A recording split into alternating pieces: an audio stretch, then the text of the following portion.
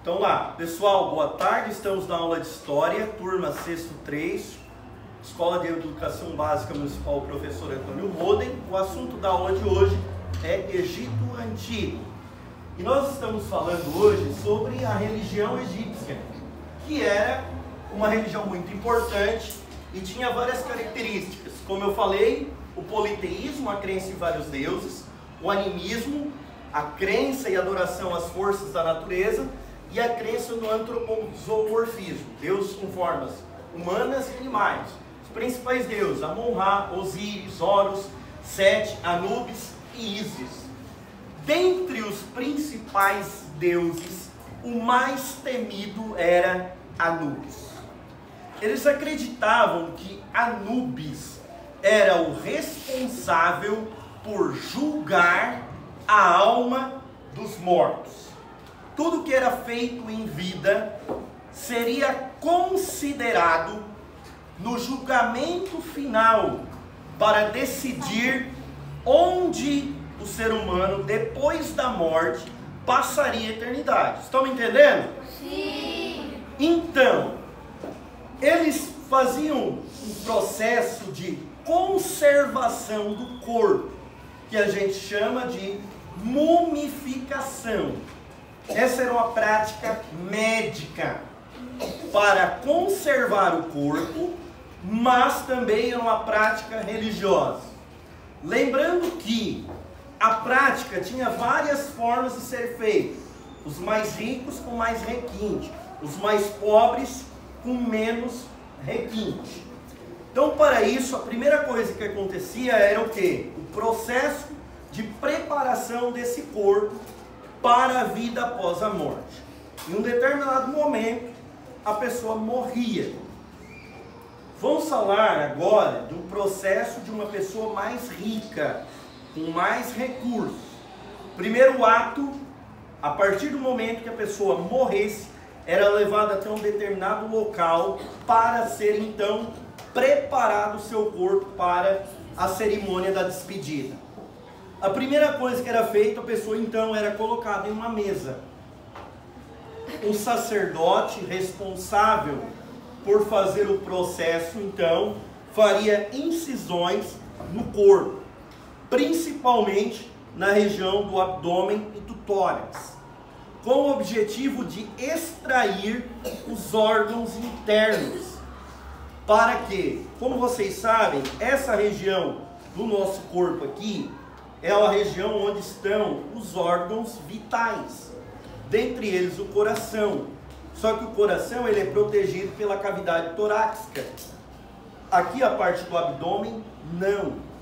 Então, como vocês sabem também, o que faz com que o corpo entre em decomposição de forma mais rápida depois da morte são justamente o líquido que está no nosso corpo, principalmente o sangue e o líquido dos alimentos, da urina, entre outros líquidos e fluidos que estão presentes no nosso corpo.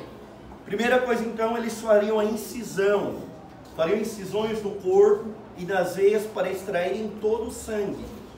A partir do momento que a pessoa tinha então o seu sangue extraído, elas fariam então o que? Retirariam os órgãos dessa região aqui, pulmão, rins, coração, e colocariam eles em potes separados.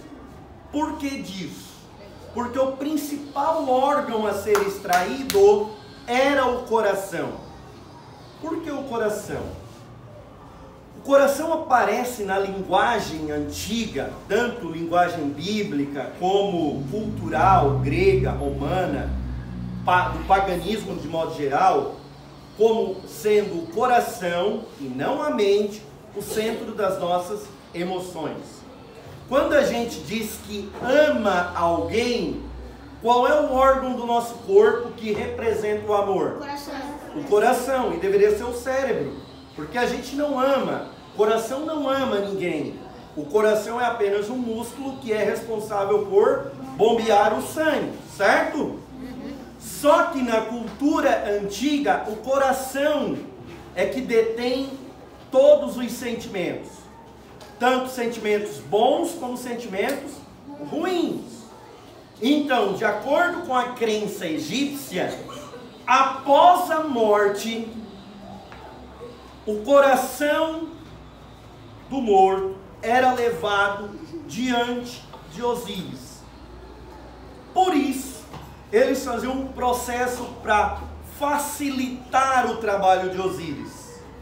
Então, eles faziam as incisões, extraíam os órgãos e colocavam o coração num vaso à parte dentro do sarcófago ou da pirâmide, no caso dos faraós. Porque eles acreditavam que esse coração, literalmente, esse coração seria levado até a presença de Anubis. Ou melhor, de que Anubis levaria esse coração até a presença de Osíris. Lá Osíris colocaria esse coração em uma balança. Mas não é a balança que a gente tem hoje. É aquela antiga balança. Aquela antiga balança de 2 pratos, lembram? Sim. Que a gente coloca o peso aqui e o outro peso aqui. Quem for mais pesado, vai mais para baixo, certo? E com o que era comparado o peso do coração humano? Com uma pena. Então, para você ir para o local bom, a pena tinha que ser mais pesada do que o seu coração. Se o coração fosse mais leve que uma pena, isso significava que a pessoa não tinha maldade. Então ela iria para o céu, sim ou não? Sim. Não. Na verdade, o conceito de céu é um conceito que existe dentro do cristianismo. O lugar de descanso, que os judeus chamam de paraíso, que os árabes islâmicos também se referem assim, eram chamados de os campos de trigo de Osíris, o lugar de descanso. Chame de céu se você quiser. Se a pessoa tivesse um coração mais leve que uma pena, ele iria para o lugar de descanso. Pelo contrário, se o seu coração fosse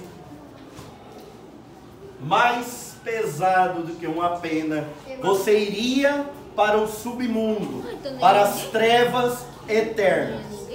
Por essa razão, eles faziam a mumificação, para conservar esse corpo para uma vida após a morte. Entenderam, galera? Sim. Então, a questão é, se você levar o coração no sentido de carne, músculo, ele com certeza vai ser mais pesado. Só que essa é uma metáfora para os sentimentos. Porque o que são levados em conta, né, na religião são sempre aquilo que nós pensamos e fazemos. Yara? E se o coração e a pena tivessem assim, tipo, igualzinho? Nunca é igual. Sempre há um coração pesado ou leve. Galera, entenderam? Sim. Por essa razão, então, eles faziam a mumificação. Os mais ricos com mais requinte. Os mais ricos sepultados em pirâmides e os mais pobres na areia. Porque o que conta é a vida no futuro, do outro lado, no paraíso. Maria Alice. Se fosse o coração pisando com uma criança, ajuda alguma coisa? Hã? Uma criança. No conceito egípcio, não existe a ideia de criança boa, de criança boazinha. Tipo assim, dentro da crença católica, a gente tem o conceito de que criança é anjo, né? E criança é neutra, até 7 anos. Esse é um conceito que não existe na cultura egípcia. Diga. Só que uma criança, mesmo ela seria, se ela morresse, ela seria mumificada do mesmo jeito que um adulto. Do mesmo jeito que um adulto. Outra coisa, como era feita a mumificação? Mumificação também é chamado de embalsamento. Lembra o que eu falei de José no começo da aula? Olha só. Tem duas pessoas na Bíblia que foram mumificadas. Mas lá não aparece com esse nome. O primeiro foi Jacó, o patriarca, pai de José. Diz o texto que o corpo dele foi preparado durante 80 dias. E durante 80 dias eles tiveram luto, até que ele fosse sepultado na terra de Canaã. Já José nunca foi sepultado definitivamente.